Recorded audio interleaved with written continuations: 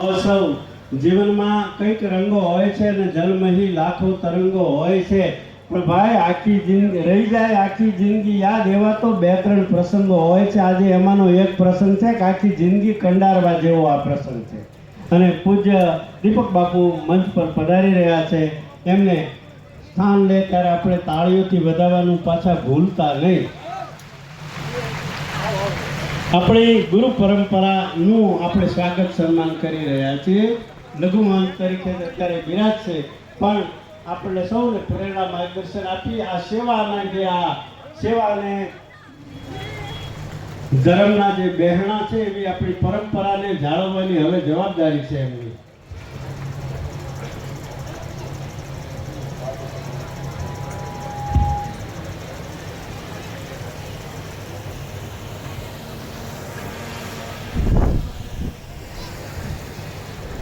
આપણે સંતો આવી રહ્યા છે, હજી પધારવાના છે, પણ કેટલાક અન્ય અનેક વ્યવસ્થાઓ દૂર દૂરથી આવતા હોય એટલે આવશે.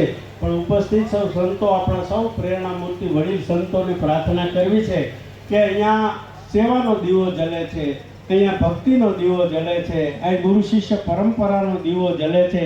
ત્યારે અમે પ્રાર્થના કરીએ છીએ કે હે વડીલ સંતો, આપ અહીં પધારી અને દીપ પ્રાગટ્ય દ્વારા અમારી ગુરુ ભક્તિના દીવાની વાટને હંકોરજો.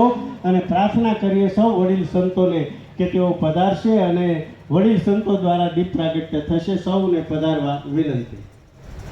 પધારો.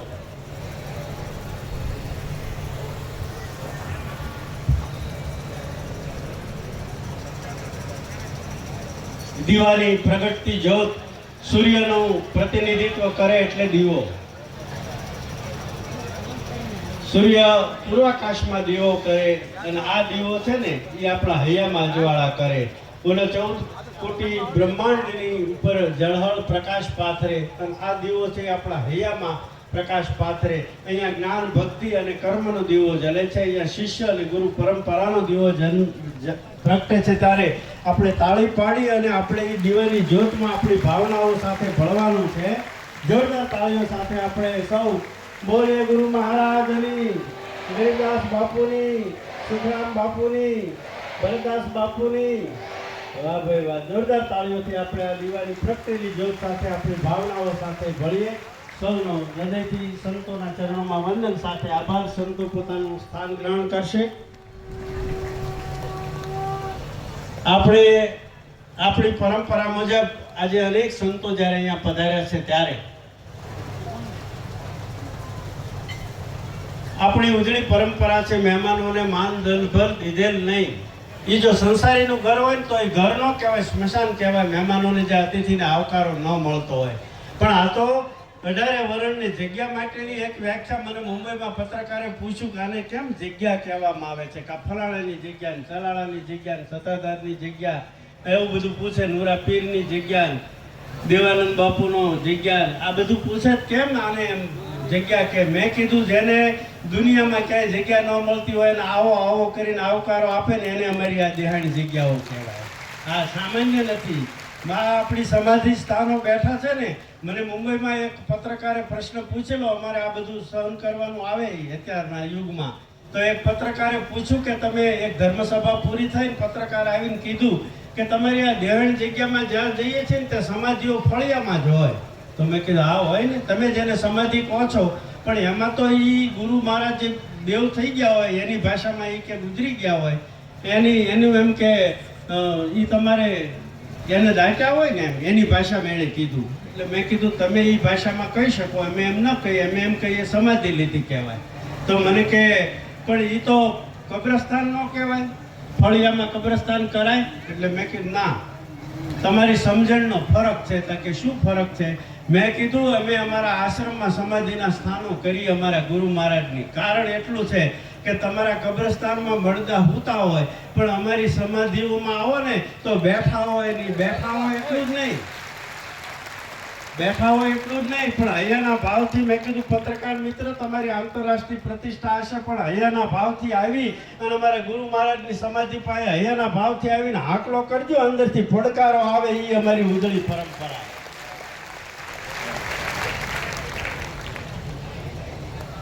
પરમ પૂજ્ય આ ઉજળી પરંપરાની સંતોના આ જે નુરા પીર આશ્રમ ગોગા દ્વારા આજે જ્યારે આમંત્રણને માન આપીને આટલા વરિષ્ઠ વડીલ સંતો પ્રેરણા માર્ગદર્શન અને દર્શન દેવા માટે આવ્યા છે, ત્યારે આપણે સમય મર્યાદા સાથે દર્શન સત્સંગ અને એમના રૂડા આશીર્વાદ લેવાના છે. પણ એ પહેલા આપણી પરંપરા મુજબ સન્માનની પ્રાર્થના કરીએ. હું વિનંતી કરીશ પૂજ્ય ભરતદાસ બાપુને કે તેઓ પૂજ્ય ગુરુગાદી સુખરામ બાપુની જગ્યાના પરમ પૂજ્ય મહાન શ્રી મધુરામ બાપુ મોટા ભમદરાથી પધાર્યા છે, એમને સૌ પ્રથમ આપણા સૌ વતી સન્માનિત કરશે. પૂજ્ય ભરતદાસ બાપુને વિનંતી કે પૂજ્ય મધુરામ બાપુ મોટા ભમદરાને સન્માનિત કરશે.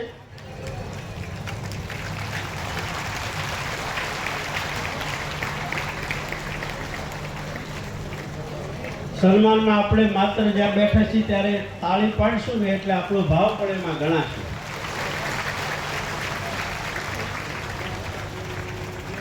ત્યારબાદ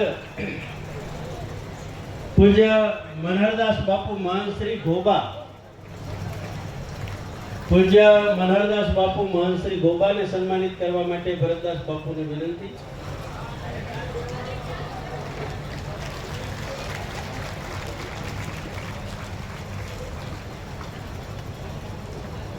મનહરદાસ બાપુ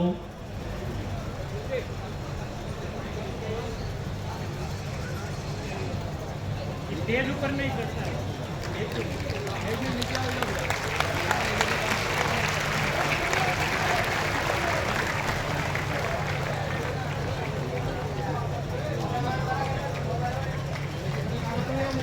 પૂજ્ય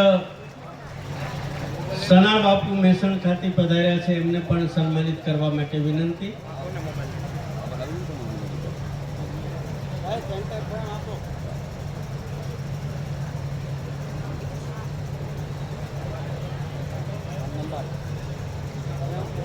બળદેવદાસ સના બાપુને પહેલા સન્માનિત કરશે. સના બાપુ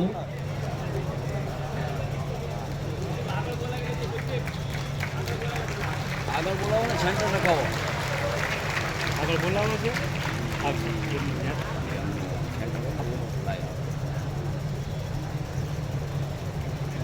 ઠાંસાથી પધારેલા શ્રદ્ધેય પૂજ્ય બળદેવદાસ બાપુ મહાન શ્રી ઠાંસા દેવાનંદ આશ્રમથી પધાર્યા છે, એમને સન્માનિત કરવા માટે વિનંતી.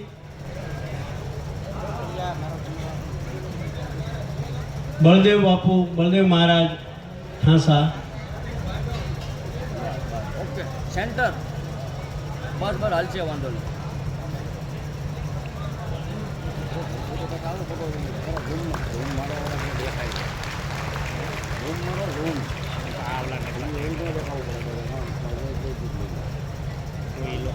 પૂજ્ય ઘનશ્યામ બાપુ લખતરિયા ને સન્માનિત કરવા માટે વિનંતી. પૂજ્ય ઘનશ્યામદાસ બાપુ લખતરિયા.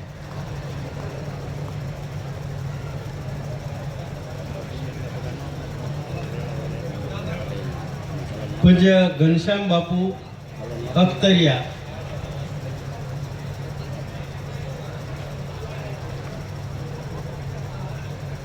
પૂજ્ય ઘનશ્યામ બાપુ અખ્તરિયા.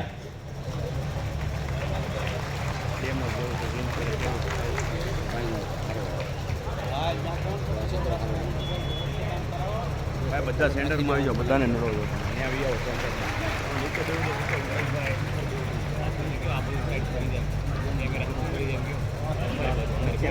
પૂજ્ય ભરતદાસ બાપુ ગિરનાર સુરત.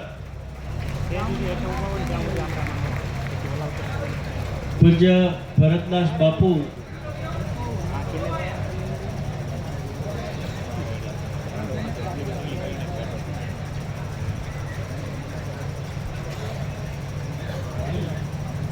પૂજ્ય ભરતદાસ બાપુ ગિરનાર સુરત.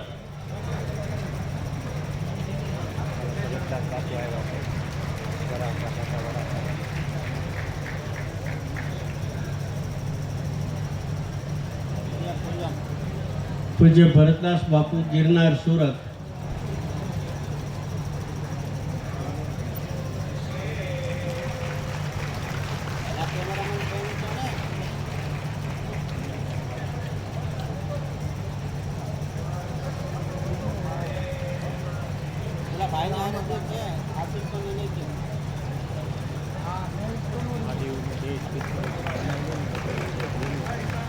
ભરતદાસ બાપુ ગિરનાર સુરત.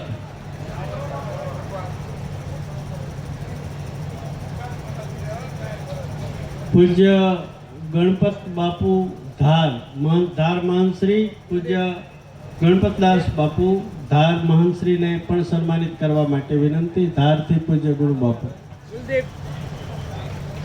ધાર મહંત પૂજ્ય ગણપત બાપુ.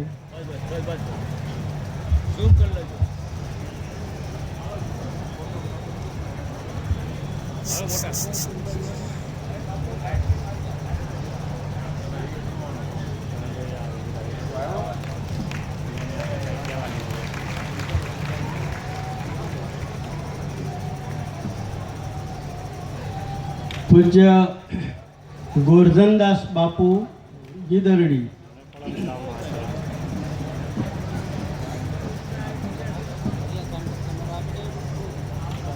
બધા સંતોનું સન્માન થાય ઘરે.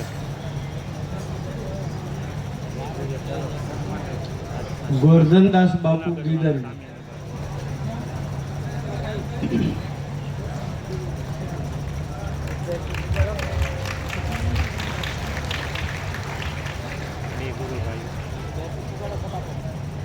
પૂજ્ય ચિમન બાપુ પાટી. પૂજ્ય ચિમન બાપુ પાટી.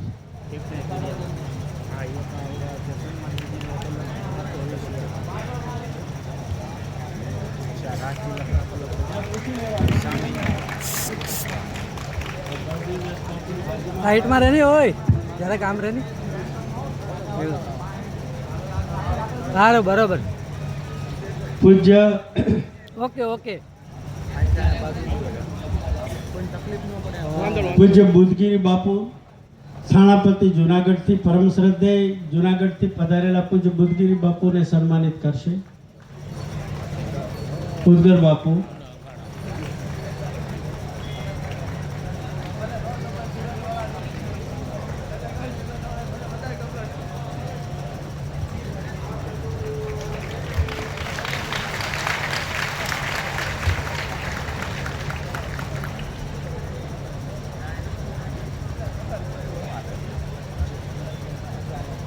ચેતનદાસ બાપુ ઈપાવડલી.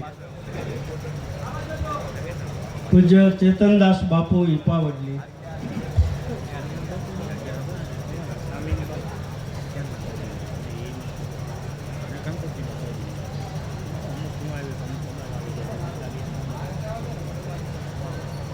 પૂજ્ય ચેતનદાસ બાપુ ઈપાવડલી.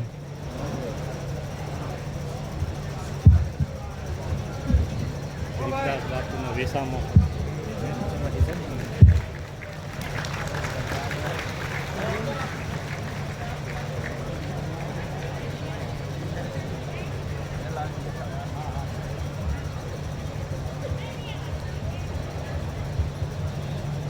સમય મર્યાદા સાથે જવું હોય અહીંયા નિમંત્રિત કરવામાં આવેલ સૌ સંતોના નામોલ્લેખ કરું છું. ત્યારે પૂજ્ય ગોવિંદ બાપુ ઈપાવડલી, પૂજ્ય પુનીબેન વીરડી, પૂજ્ય દાસ બાપુ નર્મદા, પૂજ્ય લાલરામ બાપુ અખ્તરિયા, પૂજ્ય શીતલદાસ બાપુ રામવાડી, પૂજ્ય ભરતદાસ બાપુ દિવેર, પૂજ્ય આનંદદાસ બાપુ લસકાણા સુરત, પૂજ્ય સીતારામ બાપુ લંબે હનુમાન સુરતથી પધાર્યા છે, એમને સન્માનિત કરવા વિનંતી. ત્યારબાદ પૂજ્ય પીર આપણા સૌ વડીલ સંતો પણ અહીંયા પધારી રહ્યા છે. મંચ પરના તમામ સંતોને, મંચ પરના તમામ સંતોને પૂજ્ય ભરતદાસ બાપુને વિનંતી કે સન્માનિત કરશે.